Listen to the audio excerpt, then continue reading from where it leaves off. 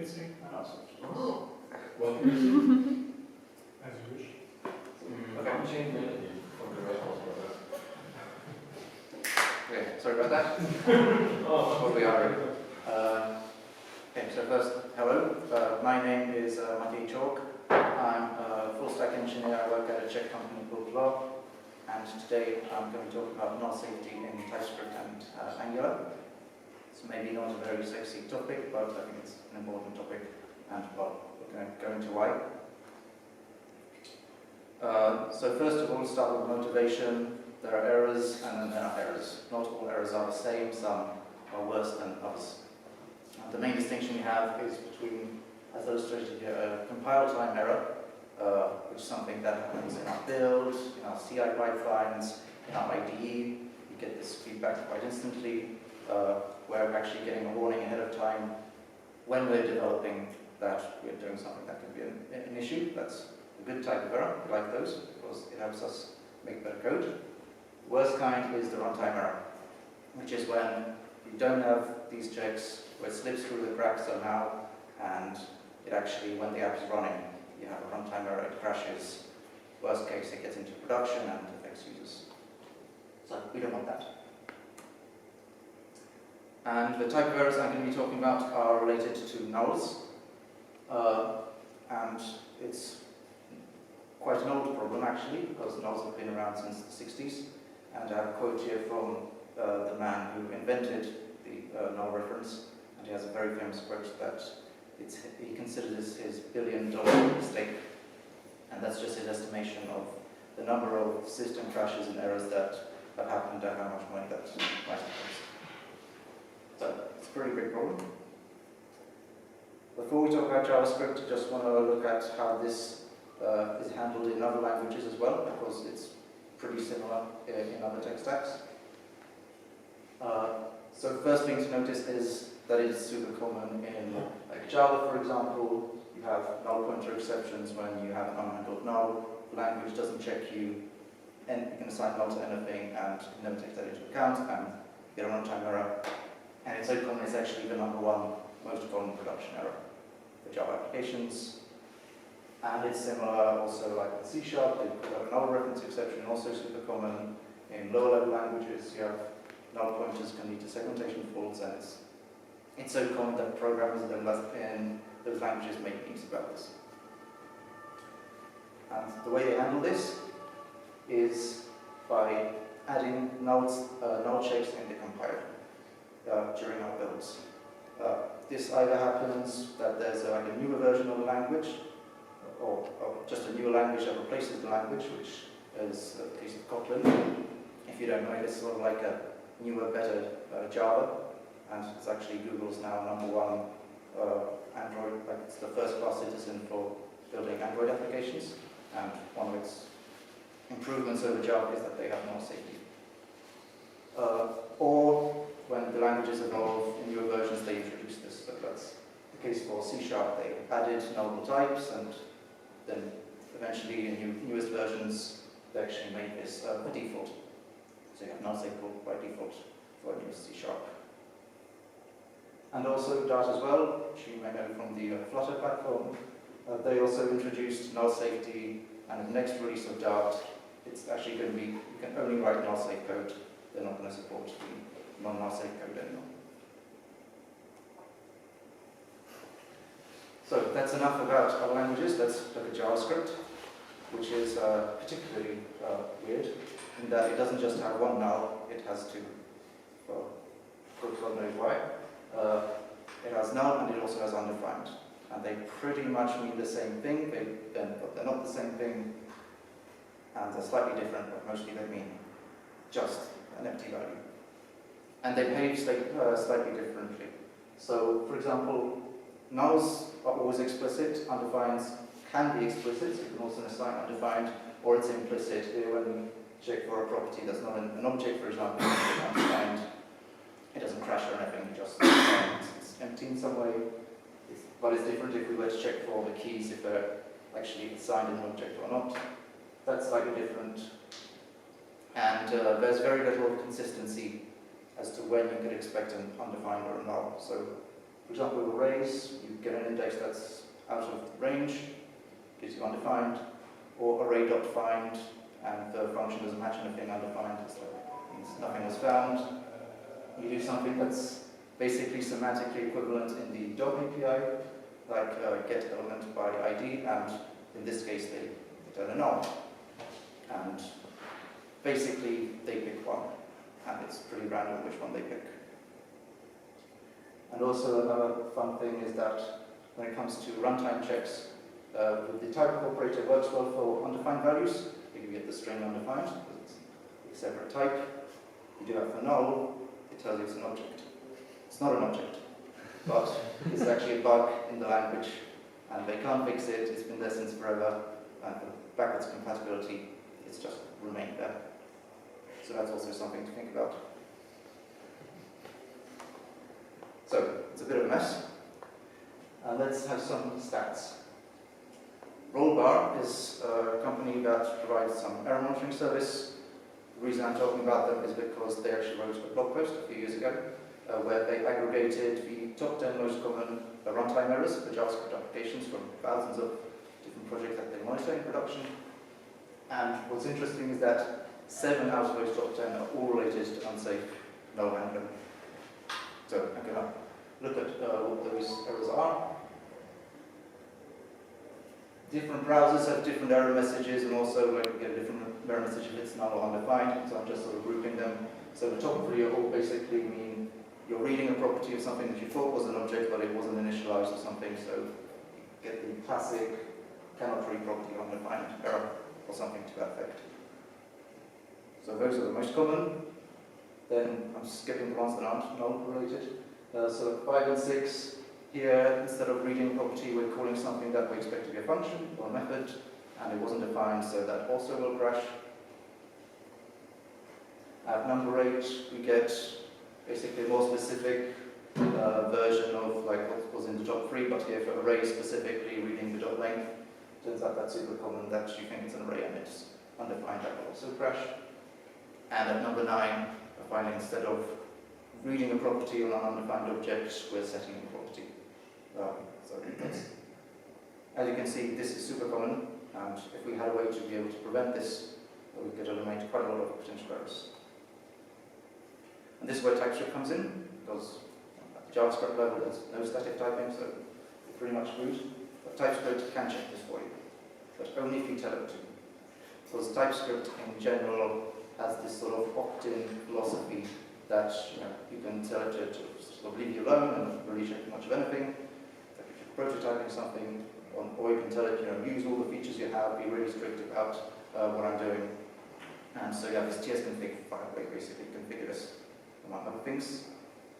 And what's relevant for nulls is that there's a strict null checks flag, which if this isn't set, then basically TypeScript ignores null and undefined. You can assign them to anything and they're not separate types or anything.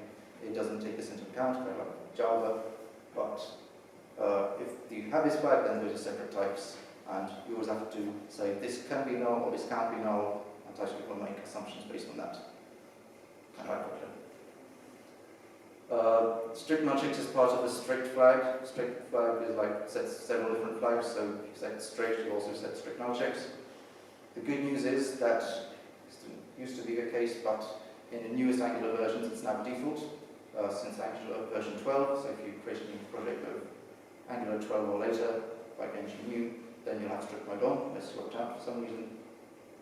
But if you have a project with an older version, or if you started with an older version and you've since migrated to a new version, because it doesn't turn this on when you migrate, then you won't have strict mode on unless you enable it yourself.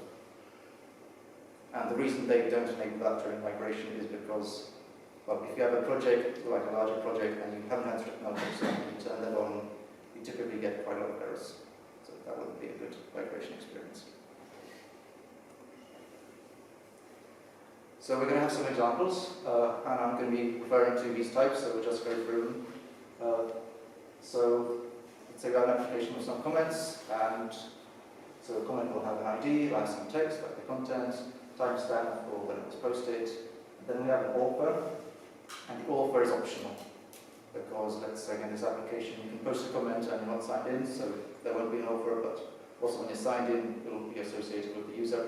So that's how we model this. The offer might not be in the object, in the comment at all, so it will be undefined, or it will be an object, and the object is this user model type, where we have email, first name, last name, those are required, and then also we have an avatar and that one's optional. So our first example, we have a function that accepts the comment model that we just saw, and it's concatenating the author name. And so this is our first potential bug. What if, because we said the author is optional, what happens if we don't have an author in the comment and we run this code? Well, without strict null checks, we get no warning and we have a runtime error. Or commented author is undefined, and so access first name, that's the typical error that you see. So this is why we want to have strict null checks, because then our compiler will tell us about this. Actually, about every occurrence of where we're doing something that wouldn't be safe with an undefined value. And so then to fix it, we do that in a very natural way. Basically the same as if it were just JavaScript. We handle the error with, in this case, an if statement, where we just check for the author if it's null undefined, and then we, in that case, we return a different value. And the great thing about TypeScript is that's all you have to do. You don't then have to say, okay, I've checked it, and now it's a different type. You can actually infer it, because it has, it's called control flow analysis. It's actually tracking how your types are being narrowed in your conditional logic in your code, which is a very useful feature. So for example here, because it knows if it were undefined, we'd have already returned, so a second return statement, it's guaranteed to be a user model, and that's fine. It works very nicely. By the way, the equals null, you can see I'm using a double equals here. This catches both null and undefined. If you add a triple equals, you'll only catch one of them. In general, triple equals is usually better, because also the type has to match. But for null and undefined, I think maybe you assumed it would only be one or the other, but like if you're expecting null and you were undefined, you probably want to treat it in the same way. And if you just write code like this, you don't have to care, basically. You could treat them as like the same value. Control flow analysis doesn't just work for if statements, it works for like any conditional logic. So here in the first example, I'm writing the same thing, but here like a one-liner expression with a ternary operator, and it works the same way. In the second branch, it kind of narrows the type. And also for the logical AND here, because in JavaScript you have short evaluation. So if the left-hand side expression is full C, then the right-hand side won't be evaluated. And TypeScript knows this, so it knows again this is safe, because I've actually checked this value. And it also switch statements and just then TypeScript understands from conditional logic. There are two useful operators that were added more recently to the language, which are very useful for handling knowledge values. First one is called optional chaining in the first example. That's when we add a question mark before the dot, and that means if that expression were to be undefined or null, it doesn't continue executing, it doesn't return. And if you access nested properties like the way, then that's where the chaining part comes in, because anything that would be null, it just exits early, which is sort of very nice and declarative. And then if we don't want to return undefined, then we can use the other operator, the double question mark, which is called null coalescing. It's also quite nice to combine with optional chaining, actually. And there we're defining a fallback value. So instead of returning undefined, we want to return like a default value in this case. So this is like a very also declarative way of writing this. Before this operator existed, you could do kind of the same thing using an OR, a logical OR. There's a slight difference in that this will only work for null and undefined, whereas OR would be anything that's full C, so like a number 0 or something. So that might be unexpected. In some cases, it might be good to use the OR, like for an empty string, for example. Maybe that means the same thing as null undefined to use. So just use whatever makes sense. there are some cases where you need to give TypeScript a bit of a hint that you've made some type assertions, and that's when it's not part of the same function. It's indirect. You've done it through by using a different function. And array filter is like probably the most common usage where you run into this problem. So in this case, we have a function that takes an array of comments this time, and we do array map to just get the offers. So at that point, the type is an array of user model or undefineds.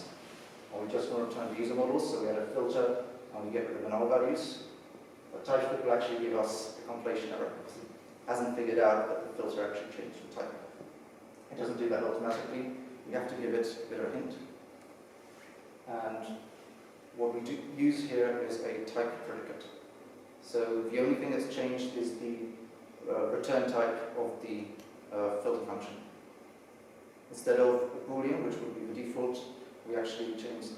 If this returns true, then this is true of this type. But you can do that for a parameter, like a special return type that you can say. And so the syntax is the parameter name is what the type will be.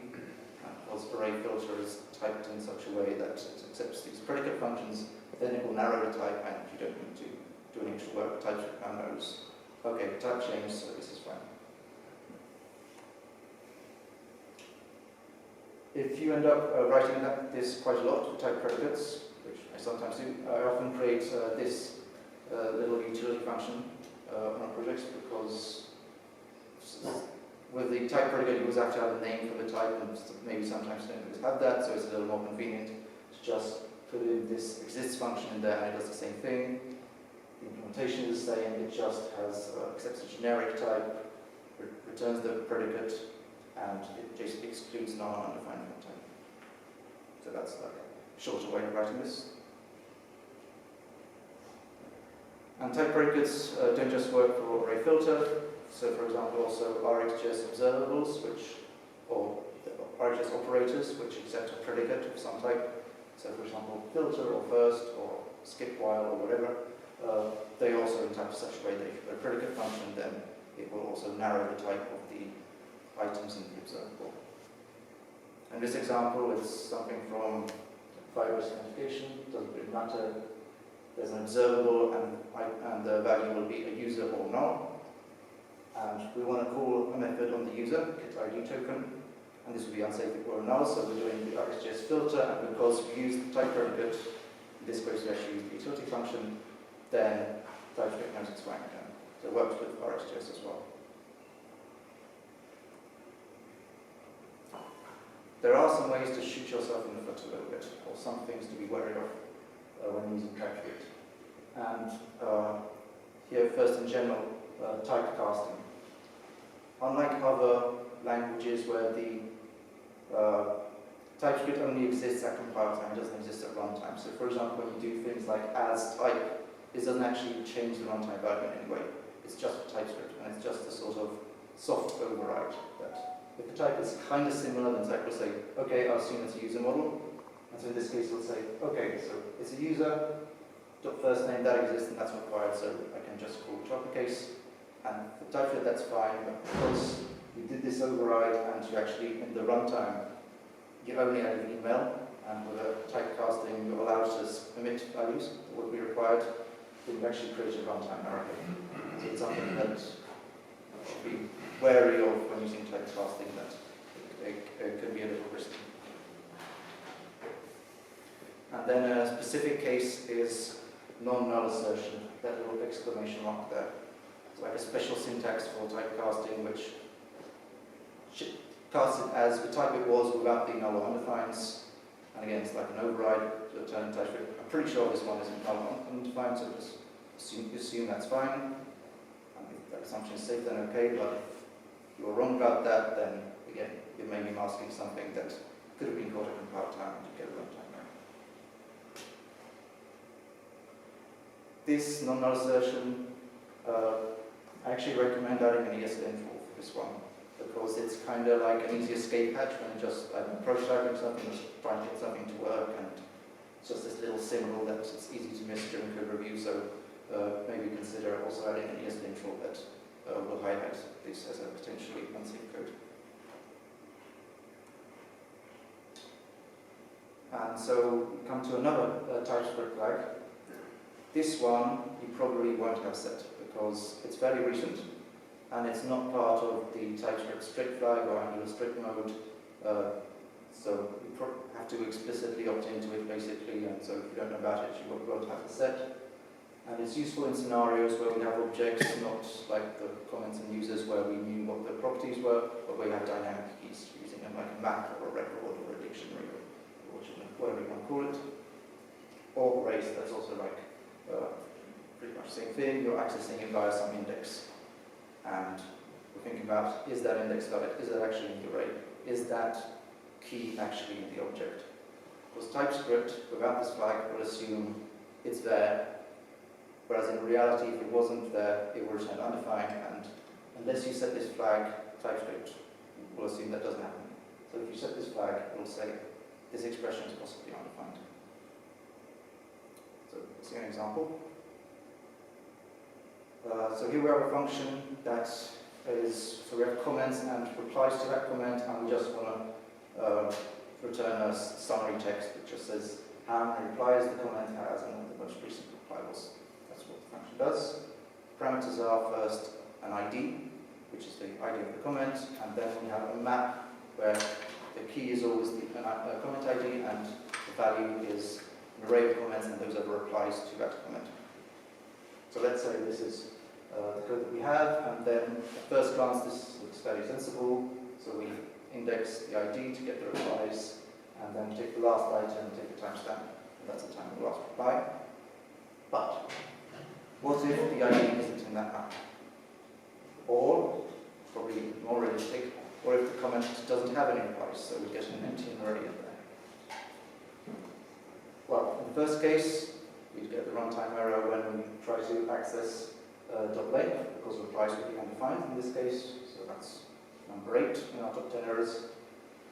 If the replies were there, so we are defined, but we have an empty array, then the replies to length would be fine, but then it will be 0, 0 minus 1, and indexing minus 1 will turn undefined, so then when we do the timestamp, we get a runtime error. But if we turn on the no unchecked index access flag, then TypeScript will warn us about this. So I all the places that this could be undefined, this could be undefined, just make sure to handle that. And then using the patterns we already saw, you can just handle these edge cases. So there's some optional chaining, some null coalescing, there's an if statement. You're again using the control flow analysis to write this in a very natural way. And the advantage here, I think, is also that maybe when you wrote the function, you wouldn't have thought about the case where there are no replies, but because of the autocompiler's hints, maybe you realize that, oh, this should probably be a different text. And it makes you think about more different edge cases as well, so you end up writing more robust code.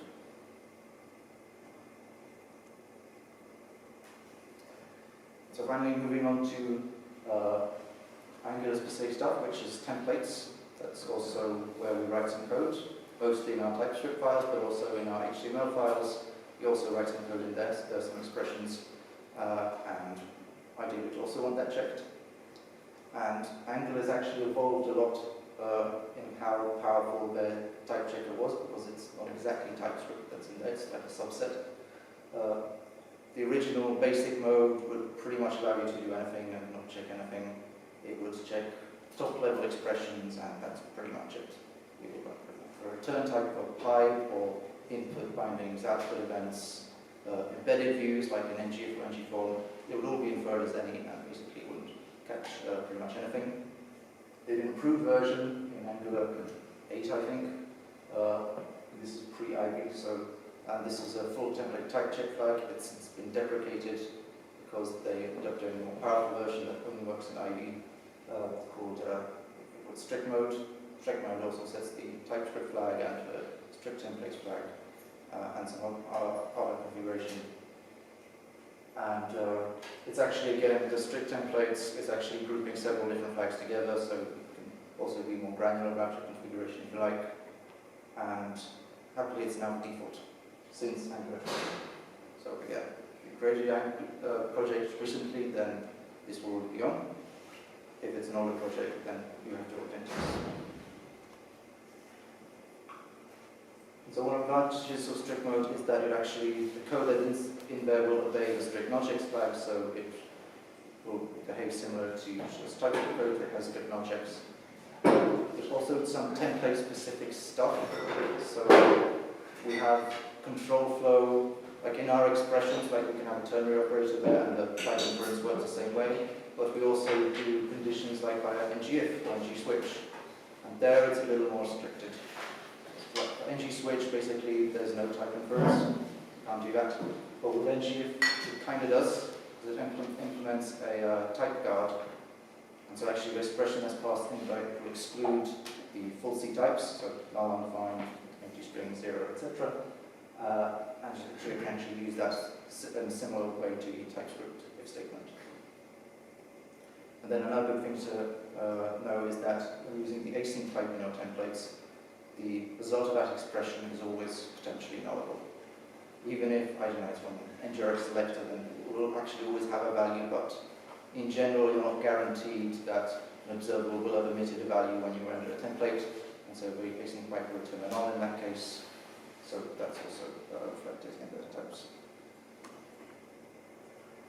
So here we have an example of a component that's rendering like a preview for the author from our comment. So we have the author variable, again, usable or undefined, and we're accessing properties in the author like the avatar and the name. And because we're using ngIf, then we don't get a compilation error. If that wasn't there, then we'd actually get a compiler error that this would be potentially unsafe, because it is.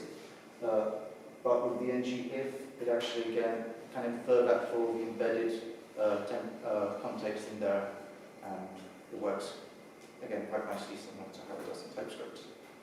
And it doesn't matter if you use else statements or whatever in there, but that also works. It's a little more restricted than TypeScripts, like any sort of type guard won't work. It actually has to be the property or the variable that you're passing in there. So for example, if I did author doesn't equal null, then that inference won't work because it's actually for expressions being passed in there. So you have to adapt your code a little bit to make this work, but in practice it's quite practical. And then when we combine this with the async pipe, so here we have an observable that's, let's say it's fetching a comment from API, and so it returns a comment, but when we first render our template, there's a network latency, we might not have a value. So again, we can use the ngIf. So here we have use the async pipe with the ngIf, and we're also using the as syntax of ngIf, which is not to be confused with the as keyword in TypeScript. It's something completely different. This is like unwrapping that expression and storing it in a variable that you can use in your template. It's quite convenient because then every time we use the comment, we don't have to use the async pipe again, and also it doesn't subscribe multiple times, so it's also a little more performant. And it works very nicely with the ngIf as well, because that will again be inferred that this can't be nullable, and so this code gets again safe. And that's it. So, summarize. Errors relating to null handling, super common, maybe the most common in JavaScript and elsewhere as well. And so the first thing we want to do is make sure we know about these errors at build time, so we configure our TypeScript with the strict flag, and also if we want to think about dynamic keys, no unchecked index access, and for templates we have strict templates. Most of those are by default for strict mode in Angular, except for the no unchecked index access. And then basically we handle nulls in the fairly natural way because we have control flow analysis and the compiler can usually keep up with what we're doing. And then it's also about avoiding the temptation to override the compiler in some way, make sure you don't shoot yourself a foot. So typecasting, only use it when you actually have to do that in some way. It could potentially be a mistake. When you have to give the compiler hints, use the type predicates we saw, like for array filter. And then just, let TypeScript do its thing, because it's pretty good at it. That's it.